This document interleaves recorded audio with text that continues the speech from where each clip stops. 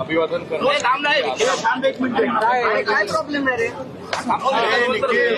अभिवादन करण्यासाठी फुलेवाड्यात आला आहात. झालं का सगळ्यांचं? हो चालेल. ठीक आहे.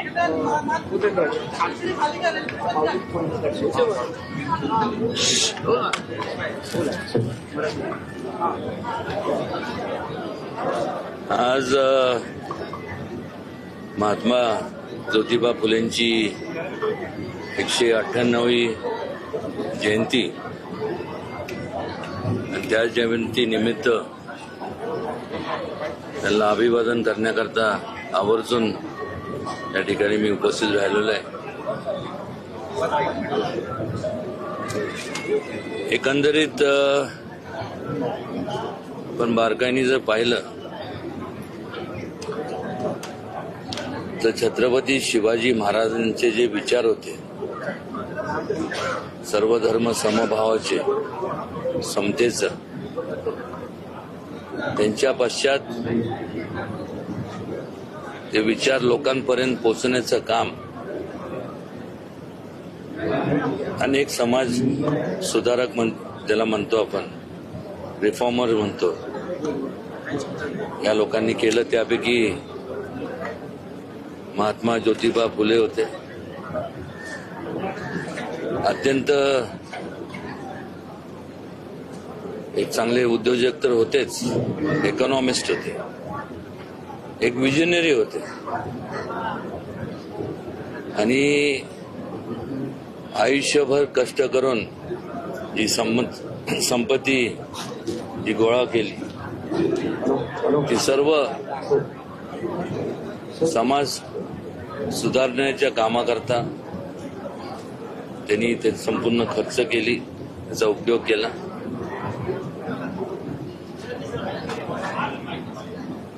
एका दृष्टिकोनातून जर आपण पाहिलं तर थोरले प्रतापसिंह महाराज जे होते त्यांनी त्यांचं महात्मा ज्योतिबा फुलेंनी अनुकरण केलं, कारण की त्यांनी सुद्धा सर्वात प्रथम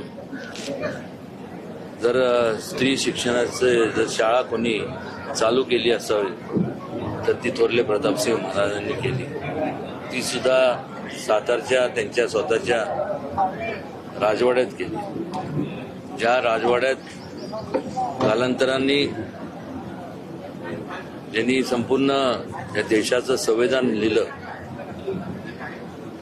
त्यांची जयंती आपण साजरी करणार आहोत. 135वी डॉक्टर बाबासाहेब आंबेडकर. त्यांचं प्राथमिक शिक्षण सुद्धा त्याच राजवाड्यात, सातारच्या राजवाड्यात झालं. आणि हे करत असताना या लोकांचं जे स्मारक आहे, जे काय हे संपूर्ण जे युगोपुरुष होऊन गेले, या सर्वांचं स्मारक हे जतन करणं आपल्या सगळ्यांचं कर्तव्य ह्याच्याकरता आहे, कारण की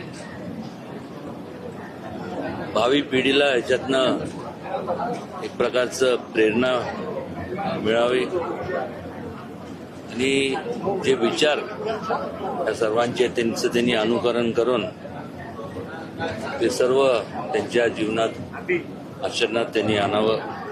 याकरता आपण ज्यावेळेस त्यांच्या जयंत्या असतात, अशा लोकांना मोठ्या युगपुरुषांच्या त्यांच्या पुण्यतिथी असतात, म्हणूनच आपण त्यांना नतमस्तक होतो.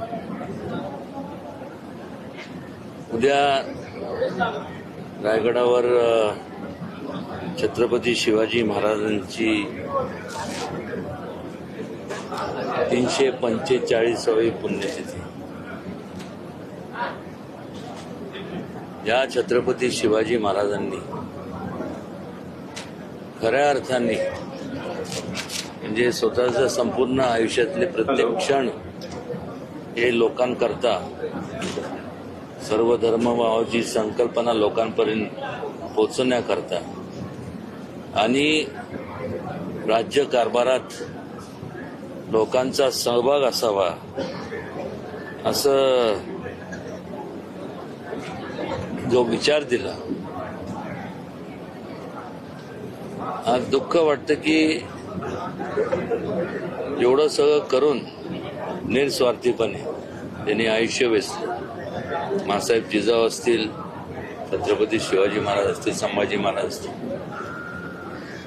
त्यांच्याबद्दल आणि बाकी असे महात्मा फुले असतील, सर्वांबाबतीत जे काय अनुद्गार जे काढले जातात त्याला आळा बसणं गरजेचं आहे.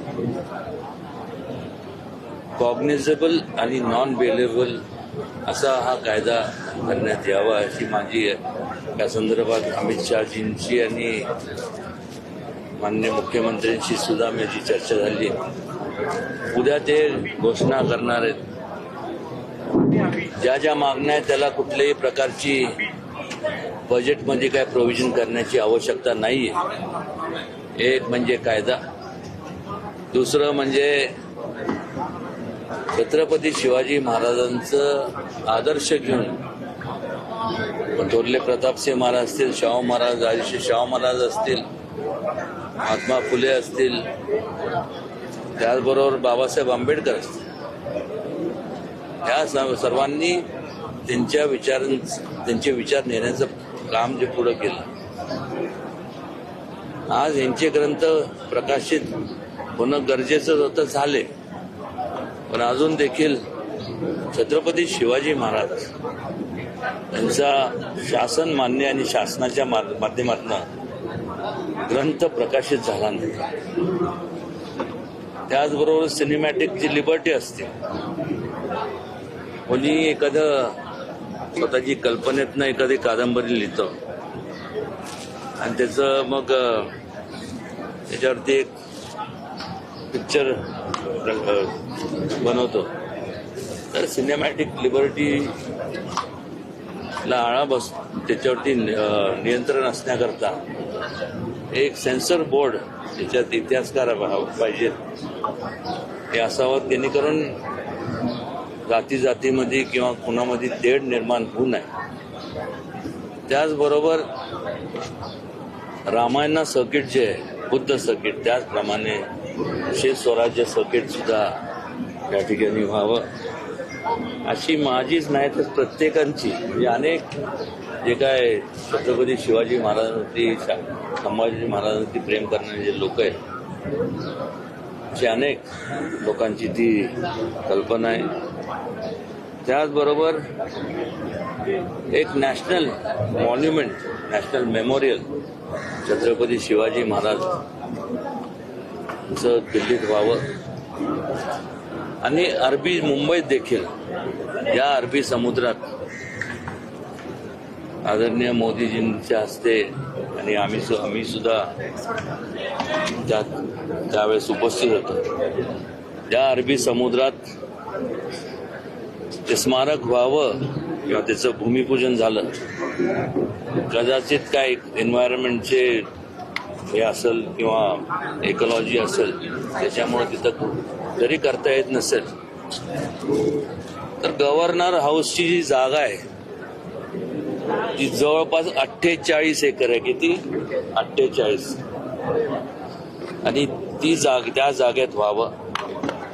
एखाद्या राज्यपालाला राहायला जागा लागते तरी किती? 48 एकर म्हणजे काय थोडी जागा नाही.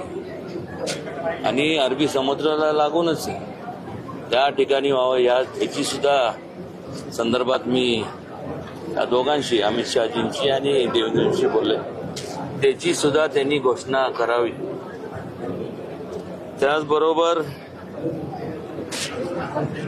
शाहू महाराजांचं जे होतगिरी जिल्हा दावणगिरीला जी काय समाधी आहे, आर्किओलॉजिकल डिपार्टमेंटच्या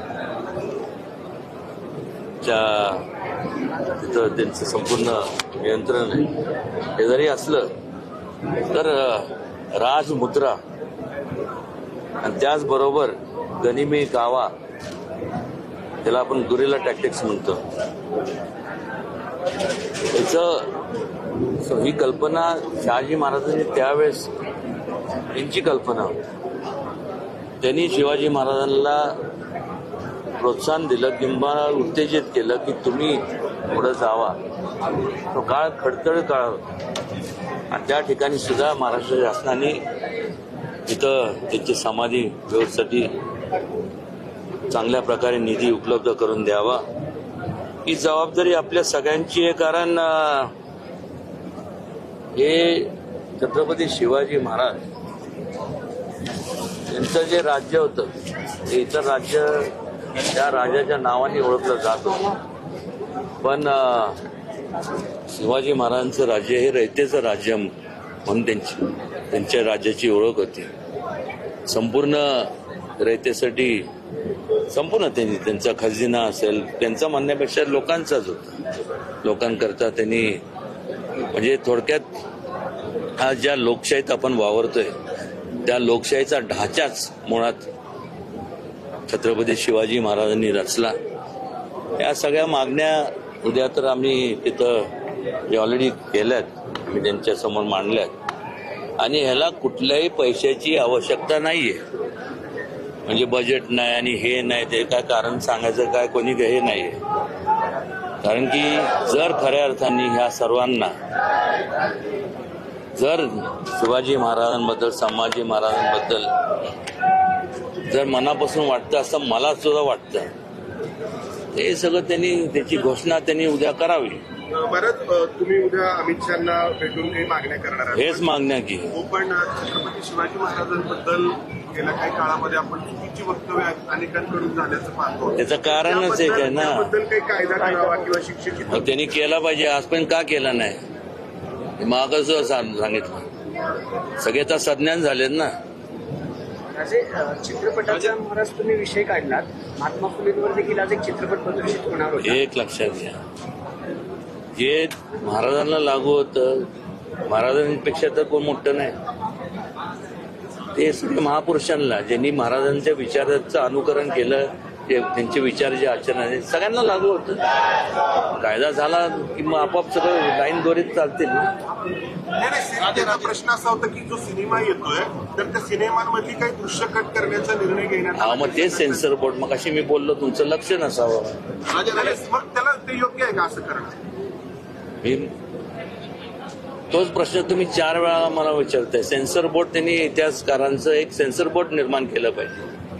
आणि एखादे समजा तुम्ही किंवा मी समजा एखादी कादंबरी लिहिली, माझ्या काय कल्पना, तुमच्या काय कल्पना, ह्यांच्या काय कल्पना असतील.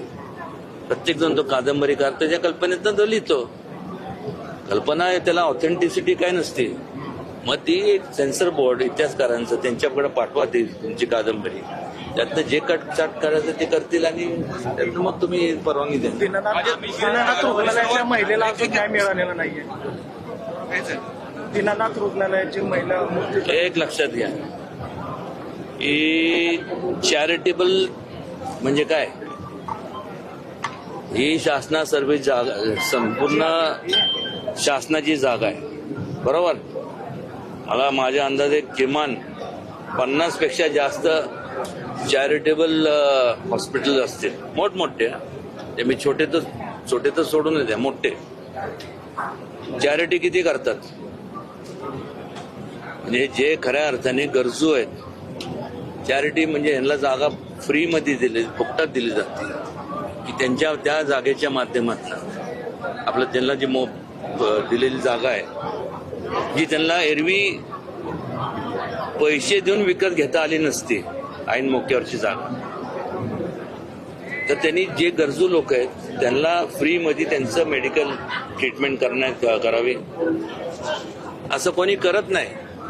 याचं ऑडिट झालं पाहिजे आणि ज्यांनी केलं नाही त्यांच्यावर कडक कारवाई केली पाहिजे म्हणण्यापेक्षा मला वाटतं ते सरकारने परत ते हॉस्पिटल ताब्यात घ्यावं आणि चांगले जे NGOज आहे किंवा हे असं याला चाललं. पण दीनानाथ रुग्णालय त्यांची चूक मान्य करायला तयार नाहीये. अहो ते कोण, तुम्ही तुमची चूक मान्य कराल का? ते का मूर्ख आहेत हो आम्ही केलं म्हणायला. आपल्याला माहित आहे ना, दिसतंय ना. मग उद्या अमित शहा रायगडावर येत आहेत. रायगडावर एक लक्षात घ्या, वाघ्या मला एक समजत नाही. रायगड म्हणलं की तुम्हाला वाघ्यात म्हणजे कुत्राची प्रतिमा येते का शिवाजी महाराजांची प्रतिमा येते? मग मुद्दा सध्या घेतला जातो त्याचं राजकारण ते सगळे पैसे मला हे सांगा. इंदोरचे होलकर असतील, बडोद्याचे गायकवाड असतील, त्यानंतर ग्वाल्हेरचे शिंदे असतील, नागपूरचे भोसले असतील, ही सगळी छत्रपती शिवाजी महाराजांची ही सरदार होती, चिफ्टन्स होती. कालांतराने काय झालं,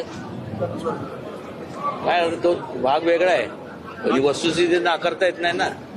ब्रिटिशांबरोबर ब्रिटिशांना त्यांचा अधिकार नसताना त्यांनी सांगितलं की तुम्ही दुसऱ्यांच्यासाठी का काम करताय, तुम्ही स्वतः आम्ही तुम्हाला राजे म्हणून तुम्हाला मान्य जातं. ही ब्रिटिशर होते कोण, हा देश आपला आहे, त्यांनी त्यांना सांगितलं. ते एवढं मग अधीन झाले की महाराजांच्या बद्दल प्रति प्रेम असताना देखील जे पैसे दिले ब्रिटिशांनी त्यांच्या विरोधात ऍक्शन घेऊ नये म्हणून त्यांच्या समाधी करता देण्यात आले होते महाराजांच्या. त्यांनी हे केलं, कुठला वाघ आहे त्याचं ते कुत्र बघा, ते इथलं तरी लांब हे एवढं लांब कानाचं कुत्र बघितलं का इंडियामध्ये कुठं? हटवण्याची मागणी हे सगळे ब्रिटिशर ते कुत्री होते ना, आजी आली हीच कुत्री ब्रिटिशर. हा फेकून टाका, कशाला त्याचं कौतुक जास्त हवं आहे. आता उद्या काय त्याचं दणकानी टाकून द्यायचं, एवढं काही किती विचार करायचा. राजे, तुम्ही सर्व राजकीय मंडळी अनेक प्रश्नावर भूमिका सातत्याने मांडत असतात. बेरोजगारी असेल किंवा महागाई असेल, तुम्ही कोणतेही राजकीय नेते म्हणजे एवढे प्रभावीपणे बोलताना दिसत नाही. आताच 50 रुपयाने सिलेंडर मागला, तर त्यावर तुमची काय भूमिका असणार? तुम्ही केंद्राकडे काय मागणी करणार आहात का? सिलेंडर हो, 50 हा रुपयाने विषय वाढलाय. काय नाही, कुठलाही असू द्या, पण आज सर्वसामान्यांचा प्रश्न आहे ना, हे एक राजे. लक्षात घ्या. जेव्हा तुम्ही लोकप्रतिनिधी निवडून देता, आमदार असतील, खासदार असतील किंवा मग स्थानिक स्वराज्य संस्थेमधले कुठल्याही पदाधिकारी असतील, त्या लोकांचं कर्तव्य आहे की लोकांच्या ज्या गरजा आहेत किंवा लोकांच्या ज्या मागण्या आहेत त्याचं पूर्ण त्यांचं कर्तव्य आहे. 25 वर्षांचा प्रदीर्घ अनुभव व अत्याधुनिक तंत्रज्ञान यांनी सुसज्ज असे पुण्यातील आकाश आय क्लिनिक व लेझर सेंटर. रोबोटिक पद्धतीने वेदनारहित मोतीबिंदू शस्त्रक्रिया, तेही विना टाका व विना इंजेक्शन. मेडिक्लेमची सुविधा व सेम डे डिस्चार्ज. लेसिक लेझरने चष्म्यापासून कायमची मुक्ती फक्त 10 मिनिटात. काचबिंदू, रेटिना, ड्राय आय, मायोपिया अशा अनेक डोळ्यांच्या विकारांवर उपचार म्हणजेच आकाश आय क्लिनिक आणि लेझर सेंटर. CTR कंपनी जवळ, विमान नगर, नगर रोड, पुणे. संपर्क 8888173100.